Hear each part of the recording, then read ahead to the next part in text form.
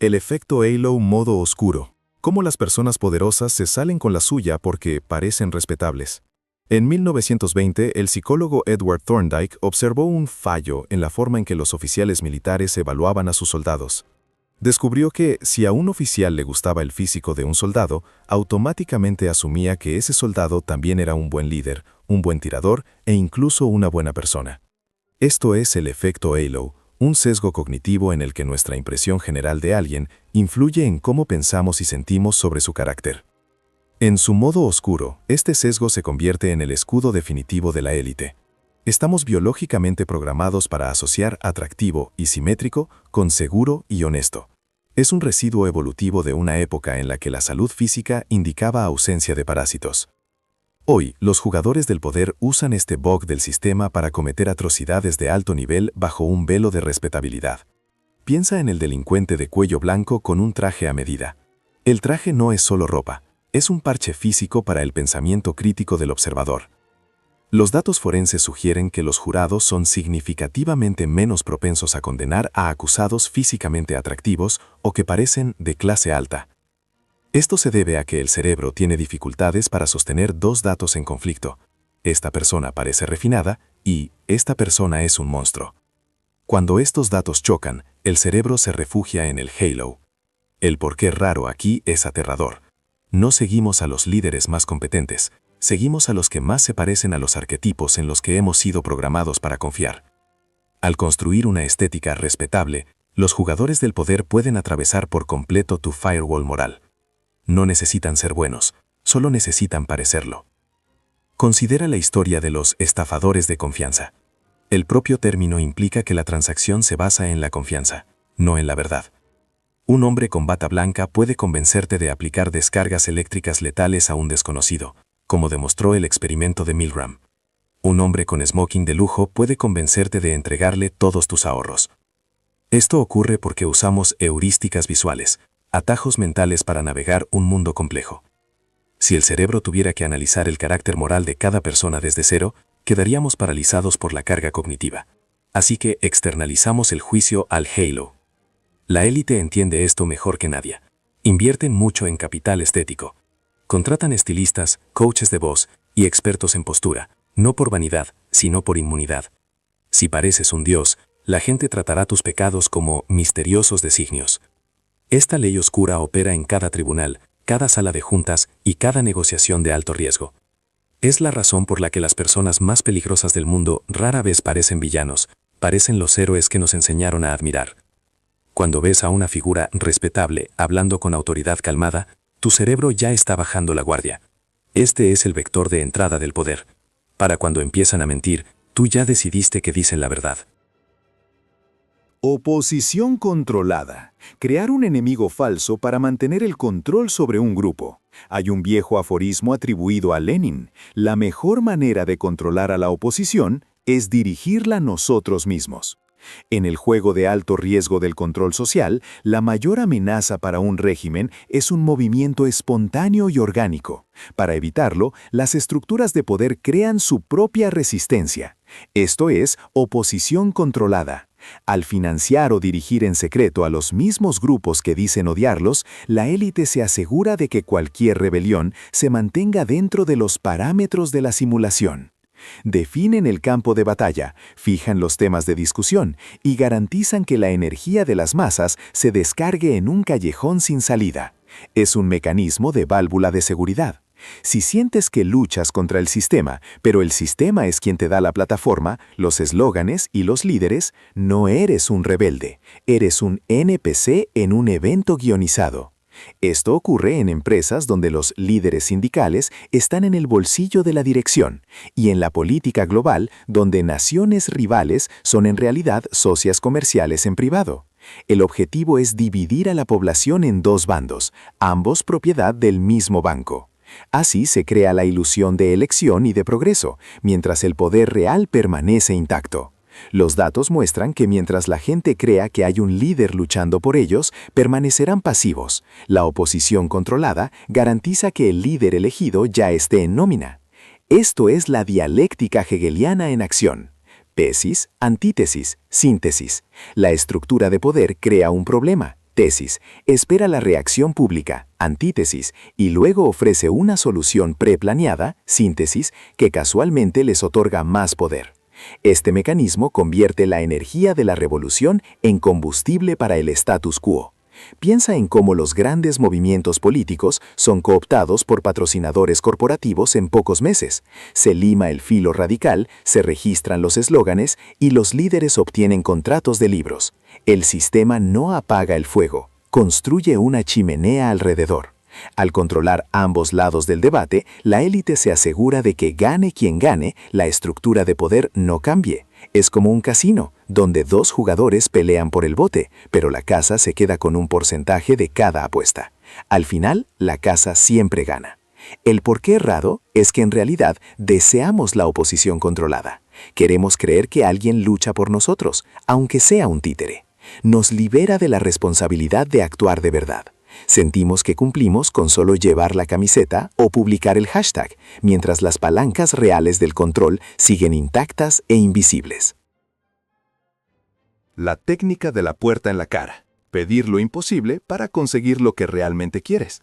Si quieres un favor pequeño, pide primero una montaña. Es una estrategia clásica de influencia en psicología social. La puerta en la cara funciona según el principio de la concesión recíproca. Cuando un jugador de poder hace una petición exagerada que sabe que rechazarás, tu cerebro registra un no. Pero cuando enseguida hace una petición mucho más pequeña y razonable, tu cerebro lo percibe como una concesión o un regalo. Como somos animales sociales, sentimos un fuerte impulso biológico de corresponder. Te sientes mal por decir no a lo primero y te ves obligado a decir sí a lo segundo. Así se aprueban las leyes. Proponen una norma tan radical que provoca indignación pública y luego ceden a la versión que querían desde el principio. En la empresa, un jefe puede pedirte trabajar todo el fin de semana. Cuando te niegas, cede y te pide solo quedarte 4 horas más el viernes. Aceptas creyendo que ganaste, pero en realidad ese era el objetivo desde el inicio. Fuiste víctima de un ancla psicológica. La primera petición fijó el precio tan alto que cualquier cosa posterior parecía barata. Este es el principio del contraste. El cerebro no percibe valor en aislamiento, sino en comparación. Si metes la mano en agua caliente y luego en tibia, la tibia parecerá fría. Si un político sugiere subir impuestos un 50%, un 10% parece un alivio. El poder es el arte de manejar estos contrastes. La élite usa esto para hervir lentamente a la rana. Piden lo impensable, dejan que la gente grite y luego se conforman con lo simplemente incómodo. Con los años, ese punto medio negociado se desplaza hacia el control total. Es un trinquete de una sola dirección. También se usa en el acondicionamiento social. Al impulsar cambios culturales extremos que provocan gran rechazo, luego pueden conformarse con un cambio moderado que habría sido rechazado un año antes. Crees que defendiste tu territorio, pero en realidad retrocediste. El porqué raro es que sentimos victoria al aceptar la segunda petición. El ego nos dice que negociamos duro, mientras la química del cerebro nos recompensa por resolver el conflicto. Estamos siendo hackeados por nuestro deseo de paz. En el juego del poder, quien inicia el conflicto también define la paz. Incompetencia estratégica. Fingir ser malo en algo para que otros lo hagan por ti. En la dinámica de oficina existe la incompetencia armada. Mientras la escuela te enseña a sacar sobresalientes, la realidad oscura del poder es que ser demasiado bueno en una tarea de bajo nivel es una trampa. Si demuestras que eres el mejor limpiando la sala de servidores, serás quien la limpie de por vida. Los jugadores del poder usan la incompetencia estratégica para descargar trabajo de bajo valor en otros. Al fingir dificultad con un software o un trámite, obligan al sistema a derivar esas tareas a personas más capaces, léase, más explotadas. No es pereza, es optimización de recursos. Les permite reservar su CPU para actividades de alto impacto, como el networking y la estrategia. Evolutivamente es la estrategia del parásito. En la naturaleza, algunas especies imitan sonidos para engañar a otras y que alimenten a sus crías. En el mundo moderno, el profesor que no sabe usar la impresora suele ser quien más gana.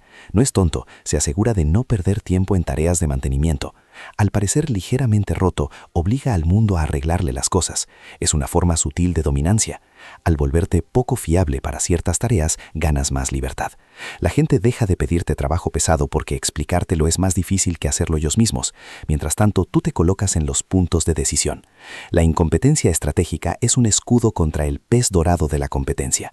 A los productivos se les da cada vez más trabajo hasta quemarlos. El jugador de poder evita quemarse pareciendo un poco lento o malo con la tecnología. Juega al tonto para seguir siendo el amo.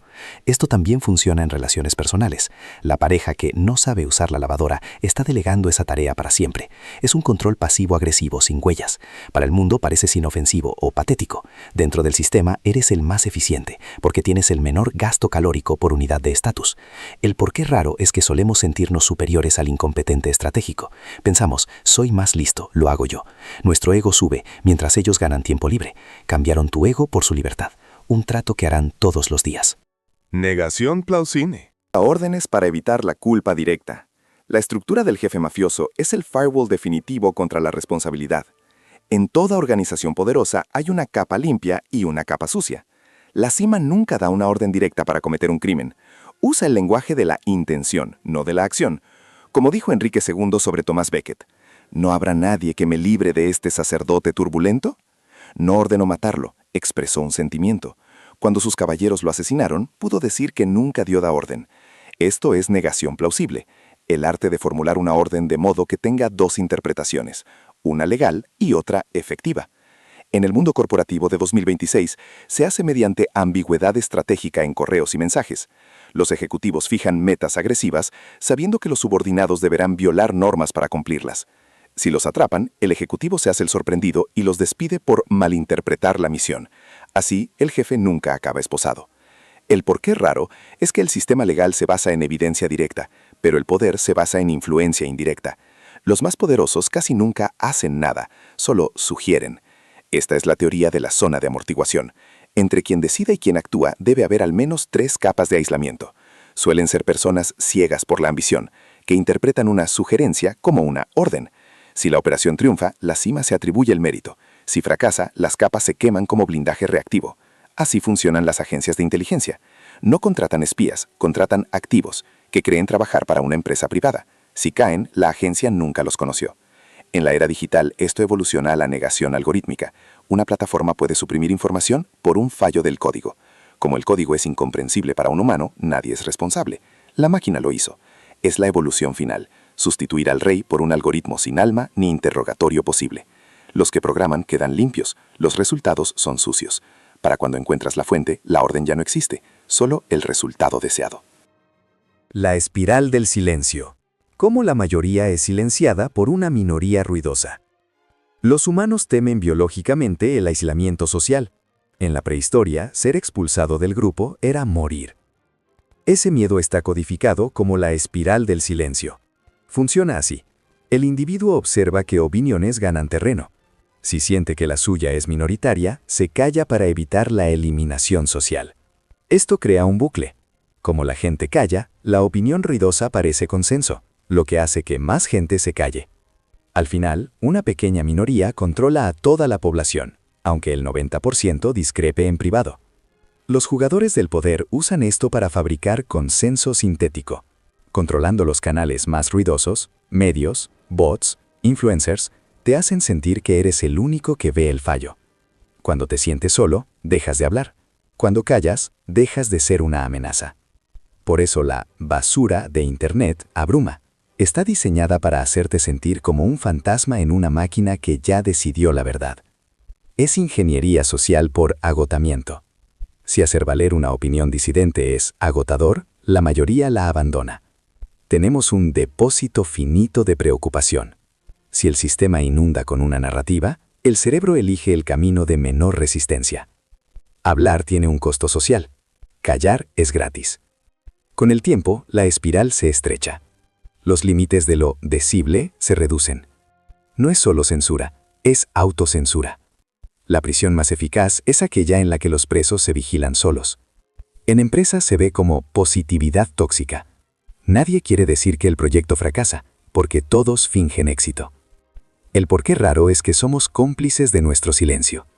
Valoramos la armonía social más que la verdad objetiva, porque la armonía se siente como seguridad. El poder lo explota creando un conflicto falso, donde la verdad es agresión. Si decir la verdad te convierte en el problema, dejarás de decirla. Y cuando la verdad sale de la plaza pública, solo queda el guión. Asimetría de información.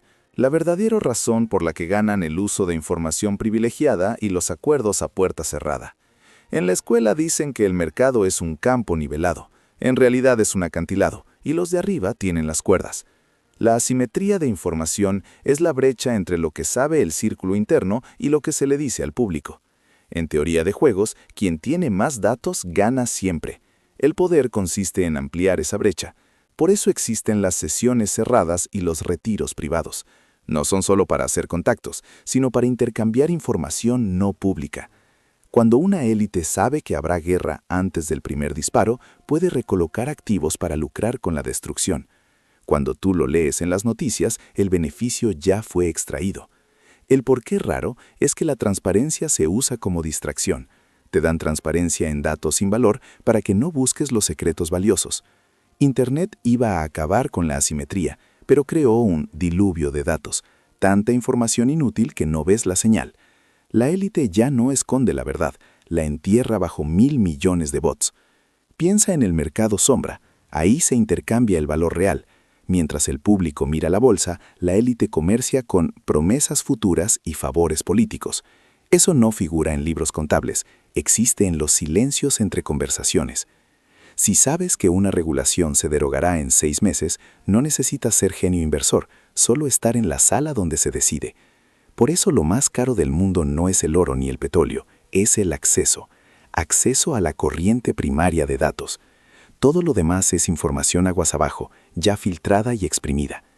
El porqué raro es que creemos estar informados por consumir medios, pero eso prueba que estamos del lado equivocado de la asimetría. Si está en los medios, es dato muerto. El poder real está en lo que aún no se ha escrito. Es el silencio antes de la tormenta. La élite vive ahí. Tú vives en el ruido. Gestión de la reputación. ¿Por qué la imagen pública vale más que la moral real? Maquiavelo escribió que no es necesario que un príncipe tenga todas las virtudes, pero sí que parezca tenerlas. En la economía del poder, tu yo real es un pasivo, mientras tu imagen pública es una moneda. Esto es gestión de la reputación. El cerebro no tiene capacidad para conocer al tú real, solo conoce tu marca. Por eso gastan 90% en la marca y 10% en la realidad. Por eso corporaciones gastan millones en anuncios del Día de la Tierra mientras contaminan ríos. El anuncio es un parche psicológico. Si asocias su logo a un árbol, tu cerebro luchará con los datos del río. La moral es cara y estorba al beneficio. La reputación se puede fabricar. En 2026, esto es lavado de identidad, usar causas sociales como escudo moral para ocultar abusos financieros. Si atacas su codicia, dicen que atacan sus valores. Es la carta final del no tú. Piensa en la trampa filantrópica. Un multimillonario explota durante 50 años y luego dona 5% para bibliotecas con su nombre. El público recuerda las bibliotecas, no la explotación. Esto es arbitraje moral. Compras reputación barata para cubrir una historia cara de robo. Funciona por sustitución de atributos. El cerebro cambia la pregunta compleja, ¿es buena persona?, por una simple, ¿me gusta lo que financia? Por eso las relaciones públicas son los sumos sacerdotes modernos. Realizan los ritos de absolución. Pueden convertir a un criminal de guerra en estadista con un documental y entrevistas emotivas. El porqué raro es que sabemos qué pasa y aún así caemos. Queremos creer en la redención, pero en la arquitectura del poder, cambio es solo una actualización del software de PR. El objetivo es el mismo, seguir controlando. El mecanismo del chivo expiatorio. ¿Por qué los grupos siempre necesitan a alguien a quien culpar para mantenerse unidos? La teoría mimética de René Girard sugiere que las sociedades se basan en la violencia sacrificial. Cuando un grupo enfrenta tensión interna, la presión crece hasta casi estallar. Para evitarlo, el grupo identifica inconscientemente a un chivo expiatorio. Al canalizar el odio colectivo hacia él, el resto se une en una falsa unidad. El chivo es eliminado y la tensión se alivia. Los jugadores del poder dominan este mecanismo. Cuando una empresa fracasa, el CEO despide a un gerente rebelde. Cuando un país colapsa, los líderes culpan a los inmigrantes o los de fuera. redirigen la agresión lejos de ellos hacia un objetivo indefenso. Es un reinicio social. Si el pueblo quiere quemar el palacio, dale un villano para quemar. Mientras destrozan al chivo, los arquitectos de la crisis huyen por la puerta trasera. Esto se ve en cada ciclo de cancelación y pánico moral. Es una purga ritual. El porqué raro es que ser chivo expiatorio a veces es una carrera. Hay caídos profesionales pagados para asumir culpas ajenas. Son los activos sacrificiales. Tras ser despedidos, desaparecen con un paracaídas dorado. El público siente justicia, la acción sube y la corrupción sigue igual. La justicia aquí es un producto psicológico. No queremos la verdad, queremos que alguien pague. Y mientras alguien pague, no importa si es quien debía pagar. Maquiavelismo. La filosofía de el fin justifica los medios en las escaleras corporativas. La tríada oscura incluye narcisismo, psicopatía y maquiavelismo. En la escuela son trastornos, en la sala de juntas son ventajas. El maquiavelismo es usar a otros como herramientas, no como humanos. Para el jugador del poder, una relación es una transacción. Ve el mundo como un ajedrez donde él es el único jugador y los demás son peones. Usa ingeniería emocional para reflejar tus deseos y ganarse tu confianza, hasta que dejas de ser útil. La directiva central es la preservación del sistema. Si requiere mentir, miente. Si requiere traicionar, traiciona. No es mal caricaturesco, es eficiencia clínica. El fin, riqueza, poder, estabilidad, justifica cualquier medio. Esta es la ley final y más oscura. El mundo no lo construyeron los más amables, sino los dispuestos a hacer lo necesario para ganar la historia. Piensa en la empatía estratégica. El maquiavélico no carece de empatía, la usa como diagnóstico. Siente tu dolor para saber dónde presionar. Usa bombardeo de amor para reclutar y ghosting para descartar. El yo es flexible. Será quien necesites para ganarse tu confianza. Es el fallo camaleón. Cuando descubres quién es, ya pasó al siguiente nodo. Esta ley dice que entre alguien con límites morales y alguien sin límites, gana el segundo el 99% del tiempo si sabe ocultarse. El porqué raro es que la sociedad lo recompensa. Lo llamamos disrupción, instinto asesino o liderazgo visionario. Damos más premios a los más indiferentes al daño humano. Hemos creado un mundo que selecciona el maquiavelismo. Si eres demasiado bueno, el sistema te filtra. Si eres cruel, te promueve. Vivimos en un test de Turing gigante, donde quienes más parecen máquinas controlan a los humanos. Y la ironía final. Nosotros alimentamos la máquina esperando entrar al círculo interno.